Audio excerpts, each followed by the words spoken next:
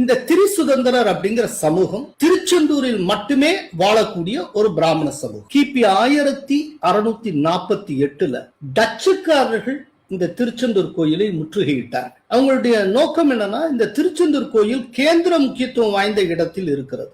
இந்த இடத்துல தன்னுடைய படைகளை நிலை கொள்ள செய்தால் ஒரே நேரத்துல ஸ்ரீலங்காவையும் கான்சென்ட்ரேட் பண்ண முடியும். அந்த காலகட்டத்துல கொளச்சல் துறைமுகத்திலிருந்து திருச்செந்தூர் வரையிலும் டச்சினுடைய கடற்படை ஆதிக்கம் பரவி இருந்த காலம். அவங்க திருச்செந்தூரை ஆக்கிரமித்தார்கள். அங்க இருக்கக்கூடிய சண்முகர் சன்னதியில இருக்கக்கூடிய சண்முகர் சிலையும் நடராஜர் சிலையும் தங்கத்தாலான சிலைகள் அப்படின்னு நம்பி அதை கவர்ந்து கொண்டு போய்விட்டார். அப்போ அவர்களை எதிர்த்து உள்ளூர் மக்களே கடுமையான போர் புரிகிறார். அதுல திரிசுதந்திரர்கள் தரப்புல மட்டும் 600 பேருக்கு மேல் கொல்லப்பட்டார். திருச்செந்தூர் கோயிலை காப்பாற்றுவதற்காக குருதி சிந்திய சமூகம் இந்த திரிசுதந்திரர் சமூகம். அதன் பிறகு திருமலை நாயக்கர் மன்னருக்கும் அந்த டச்சு கடற்படை பிரிவு தளபதிக்கும் இடையே இருந்த ஒரு நல்ல நட்பு, இவற்றின் அடிப்படையில 1651 தாங்கள் திருடிய சிலைகளை திரும்ப தந்து விட்டு சென்றார்கள் டச்சுக்காரர். இந்த 1648 இருந்து 1651 இடையில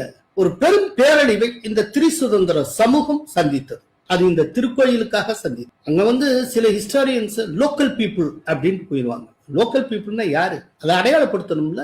அந்த ஸ்தலத்தை சார்ந்தவர்கள். இவங்களுக்கு பேரே ஸ்தலத்தார்னு பேரு. திருச்செந்தூரை பொறுத்த ஸ்தலத்தார்ங்கிற வார்த்தை திரிசுதந்திரர்களை மட்டும்தான் குறிக்க, வேற யாரையும் குறிக்காது. அப்படின்னா இந்த கோயிலுக்கு அவர்களுக்கான பாத்தியதை எந்த அளவுக்கு அப்படிங்கறத நீங்க புரிஞ்சுக்க. இன்னைக்கு அவர்களுக்கு எந்த சம்பளம் கிடையாது. ஏதோ ஒரு பங்கு தொகைன்னு ஒண்ணு உண்டு. மொத்த வரல இவ்வளவு பங்கு அவர்களுக்கு தர, அதையுமே கடந்த 8-10 வருஷமா நிறுத்திட்டாங்க. ஒண்ணுமே கிடையாது. உண்மையிலேயே பரிதாபத்துக்குரிய பாவப்பட்ட சின்னஞ்சிறிய சமூகம் இந்த திரிசுதந்திர சமூகம்.